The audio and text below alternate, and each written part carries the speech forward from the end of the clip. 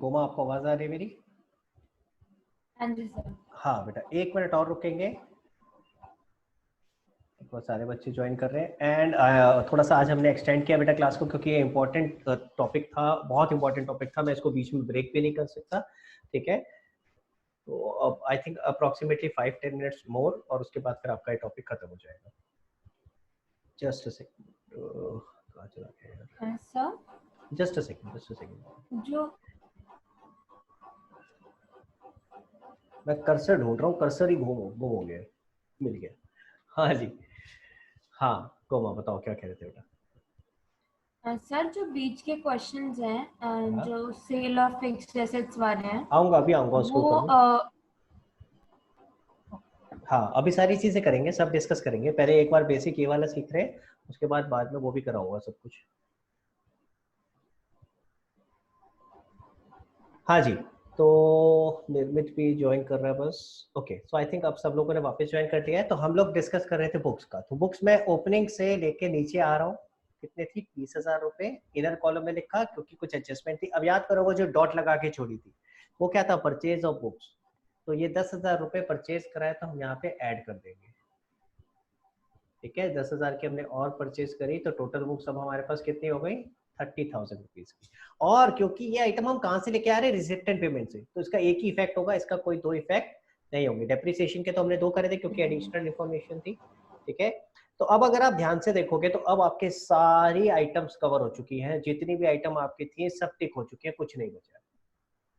Clear है? which means now it is the time to close income expenditure also, ठीक है? which means now it is time to close income expenditure। पर पहले एक बार steps देख लेते हैं। गोमा जरा जल्दी से मुझे एक बार स्टेप्स बताओ कि आपने क्या क्या लिखे थे? sir, firstly we have to write, we have to check the receipts and payments account, opening side. सबसे पहले तो था Then sir draw adjustments format. देखेंगे। सबसे पहला था ड्रॉ हाँ फॉर्मेट। एज इट इज नहीं लिख रहे हो, जो मैं बता रहा हूँ गड़बड़ हो जाएगा, फिर भूल जाओगे। सबसे पहला क्या सर था? वो ड्रॉ पेज फॉर्मेट। पीछे हो गया था। अच्छा चलो, सबसे पहला था ड्रॉ फॉर्मेट, दूसरा क्या था? मार्क ऑल एडजस्टमेंट्स, ठीक है? तीसरा था start from the top most item of the receipt and payment account, ठीक है? Payment account. And transfer it to the respective, जहां भी जाना है रिस्पेक्टिव साइड। और उसी में मैंने कुछ इंपॉर्टेंट पॉइंट्स लिखवाए थे। पहला पॉइंट था इंपॉर्टेंट, थर्ड स्टेप में ही पहला पॉइंट था important, all adjustments are to be done simultaneously. दूसरा इंपॉर्टेंट पॉइंट था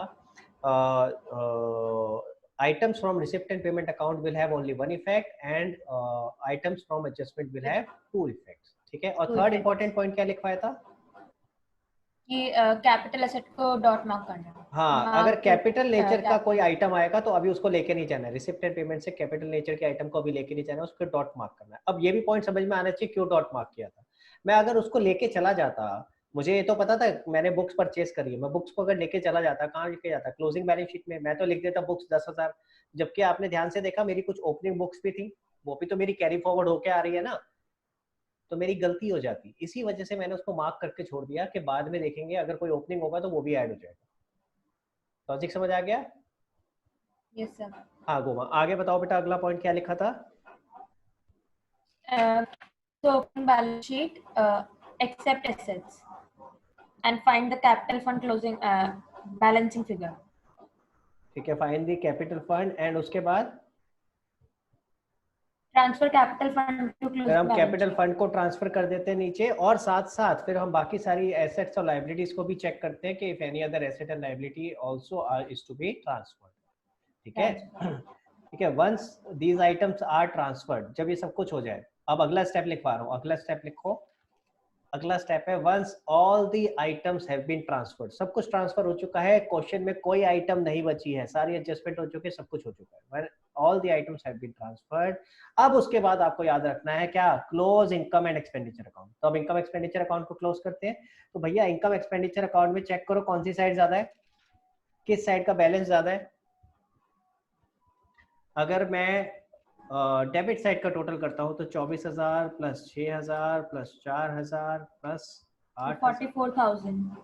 तो दिस कम टू 44,000। मैं आपके लिए साइड में यहाँ लिख देता हूँ एक जगह 44,000, ठीक है, क्लियर है। और दूसरा कितना है, 25,000 plus 14,000 49,000. Plus 8,000 plus 2,000, so this comes to 49,000। तो ये वाला ज्यादा है, क्रेडिट साइड वाला, तो हमारा यहाँ पे हम लिखेंगे 49,000, ठीक है। और यहाँ भी आ जाएगा 49,000, और 44 माइनस होगा तो कितना बैलेंस बचेगा, 5,000। इसको क्या बोलेंगे, 5,000. Coma. Sir, to profit transfer to हाँ, अब ये capital ध्यान fund. रखना है, अब इसको प्रॉफिट नहीं बोलते बेटा, इसको बोलते हैं सरप्लस। क्या बोलते हैं, Surplus. सरप्लस। प्रॉफिट और loss word income, sorry, profit और लॉस वर्ड आपका not for profit organisation chapter में कहीं यूज नहीं होता। हम प्रॉफिट और लॉस वर्ड यूज नहीं करते, हमने आपको बताया था this is not for profit organisation, तो इसलिए प्रॉफिट और लॉस वर्ड नहीं आएगा, उसकी जगह क्या आएगा, सरप्लस। और अगर लॉस होगा, लॉस होगा तो क्या आएगा उसकी जगह, डेफिसिट। Deficit. ठीक है, तो मैं यहाँ नीचे लिख के दिखा रहा हूँ ये वाली बात भी। तो आप प्रॉफिट के लिए क्या लिखोगे, सरप्लस, ठीक है, और लॉस के लिए क्या लिखोगे, Deficit. डेफिसिट, ठीक है। मैं भी आपको मौका दूंगा सारा स्क्रीनशॉट लेने के लिए, ठीक है, पर ये बातें समझते हुए चलो बेटा। इस समय फोकस सबसे ज्यादा होना चाहिए समझने के ऊपर। हाँ जी, तो अब आपका सर ये भी खत्म हो गया बेटा, इनकम एक्सपेंडिचर भी क्लोज हो गया। अब इनकम एंड एक्सपेंडिचर से, सॉरी, इनकम एक्सपेंडिचर से जो 5,000 रुपीज है ये कहाँ ट्रांसफर हो जाएंगे, ये आपके कैपिटल फंड में ऐड हो जाएंगे। जैसे आप वहां पे करते थे बेटा, प्रॉफिट को कैपिटल में ऐड करते थे, इसी तरह से ये सरप्लस ऐड हो जाएगा। 5,000 रुपीज यहाँ पे, तो ये आ गया 2,52,000 रुपीज, ठीक है। अब इसको क्लोज करते हैं, तो क्लोज करेंगे जरा इसको, तो छोटा कर देता हूँ। हाँ जी, तो इसको भी क्लोज कर लेते हैं। तो अगर मैं लाइबिलिटी साइड का देखूं तो 6,000 ऐड करते हैं तो 258,000 आता है, 2,58,000। और जरा इधर का भी टोटल करके देख लेते हैं, 6,000 plus 4,000 plus 2 lakh plus 18,000 plus 30,000, this comes to 258। so both sides are telling, hence proved, हमारा क्वेश्चन ठीक है। तो आपने जो स्टेप लिखा था अभी, क्या लिखा था, once all the adjustments are done then close income and expenditure account, उसी के आगे लिखो बेटा क्लोज इनकम एक्सपेंडिचर अकाउंट। आगे उसी में, उसी पॉइंट में कंटिन्यू करा रहा हूँ, बैलेंस शुड बी सरप्लस और deficit, balance should be surplus और डेफिसिट, ठीक है। आपने क्लोज किया इनकम एक्सपेंडिचर को, बैलेंस आया, उसको हम क्या कह रहे हैं, सरप्लस या डेफिसिट। अगला पॉइंट लिखना है बेटा इसके बाद, surplus oblique deficit to be added या subtracted, surplus oblique deficit to be added और सब्ट्रैक्टेड फ्रॉम कैपिटल फंड, ठीक है। अगर सरप्लस होगा तो ऐड कर देंगे, अगर डेफिसिट होगा तो माइनस कर देंगे कैपिटल फंड में, ठीक है। Surplus oblique deficit to be added और सब्ट्रैक्टेड, ठीक है, फ्रॉम कैपिटल फंड इन, कहाँ पे, in the closing balance sheet, in the closing balance sheet. अब इसके बाद लास्ट स्टेप आप लिखोगे, बोथ दी, आप लिखोगे both the side should be टोटल्ड, ठीक है, both the sides of the closing balance sheet should be टोटल्ड and should match each other, both the sides the closing balance sheet should be totaled and should match each other, दोनों side ये आपस में match होनी चाहिए।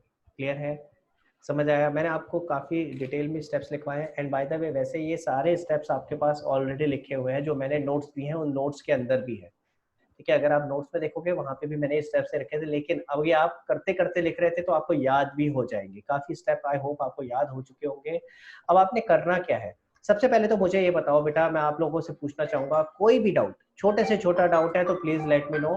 तो पहले मुझे सबसे पहले अगर क्लियर है तो थम्स अप करके बताओ, और अगर कोई डाउट है तो प्लीज मेरे से पूछो। 5 मिनट और लगाऊंगा, उसके बाद क्लास ऑफ, फिर हम क्लास बंद कर देंगे। तो कोई अगर डाउट है तो मुझे प्लीज अभी पूछो, हैंड्स रेस करो, अदरवाइज थम्स अप करके मुझे बताओ ताकि पता चले कि आपको क्लियर है या नहीं। नेहा, याशिका, महक बेटा, मेरे को कुछ क्लियर आपका इंडिकेशन नहीं आ रहा है। ओके, एंड रोहित, पीयूष, नेहा, माही, निर्मित, ओके, आप लोग को क्लियर है, very good. I hope, I thought कि मुझे कुछ शायद डाउट्स वाउट्स मिलेंगे, तो आप में से किसी का कोई डाउट नहीं है, सब भागने की जल्दी तो नहीं कर रहे हैं कि लेट हो गई क्लास आज, चलो सब बस भाग जाते हैं, नहीं, कोई पूछ लो, देखो ये इंपॉर्टेंट टॉपिक है और ये समझना डिटेल में जरूरी है। अच्छा, अब आपने करना क्या है, मैं होमवर्क आपको बता रहा हूँ। सबसे पहला काम आपने क्या करना है, सबसे पहले इसी क्वेश्चन को, सेम यही क्वेश्चन को आपने खुद करना है। सबसे पहले इसी क्वेश्चन को खुद करना है, क्वेश्चन नंबर 48 खुद करना है। मैं अभी स्क्रीनशॉट भी दे रहा हूँ, लेकिन आप खुद करोगे, सबसे पहले ये करोगे, तभी आपको क्लियर होगा कि क्या क्या स्टेप्स सर ने बताए थे। इसके बाद में और क्वेश्चंस आपको अभी बताऊंगा कौन कौन से करने हैं। तो सबसे पहले आप स्क्रीनशॉट ले लो। हाँ, याशिका का भी मैसेज आया सर स्क्रीनशॉट लेना है, तो मैं आपको स्क्रीनशॉट के लिए दे रहा हूँ। सबसे पहले देखो, हमने यहाँ से शुरू किया था, शुरू से दे रहा हूँ आपको ऑप्शन। देखो, सबसे पहले आप स्क्रीनशॉट ले लो इसका बेटा, ठीक है। चले आगे। ओके, तो इसके बाद आते हैं हम यहाँ पे, गर्दन बनाई थी हमने, ये लो, ये था आपका रिसिप्ट एंड पेमेंट अकाउंट, ठीक है।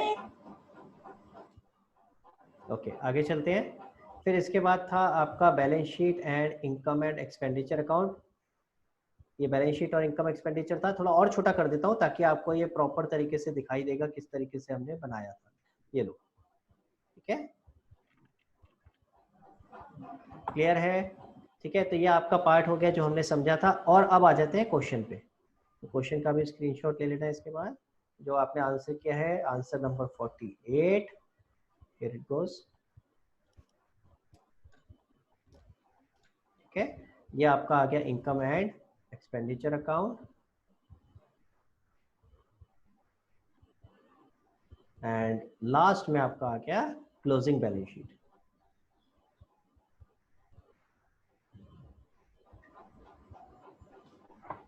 ठीक है, ओके।